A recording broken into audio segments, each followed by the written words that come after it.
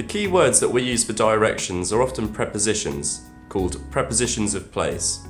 But did you know that a lot of these words for directions have double meanings? Today we're looking at the preposition behind.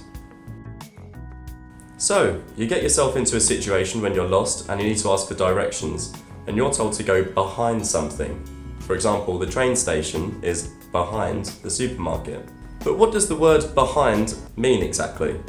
Here, the word behind is used as a preposition to mean that the train station is to the far side of, or further back from, the supermarket. You might not be able to see the train station because when something is behind something else, it is often hidden by what's in front of it.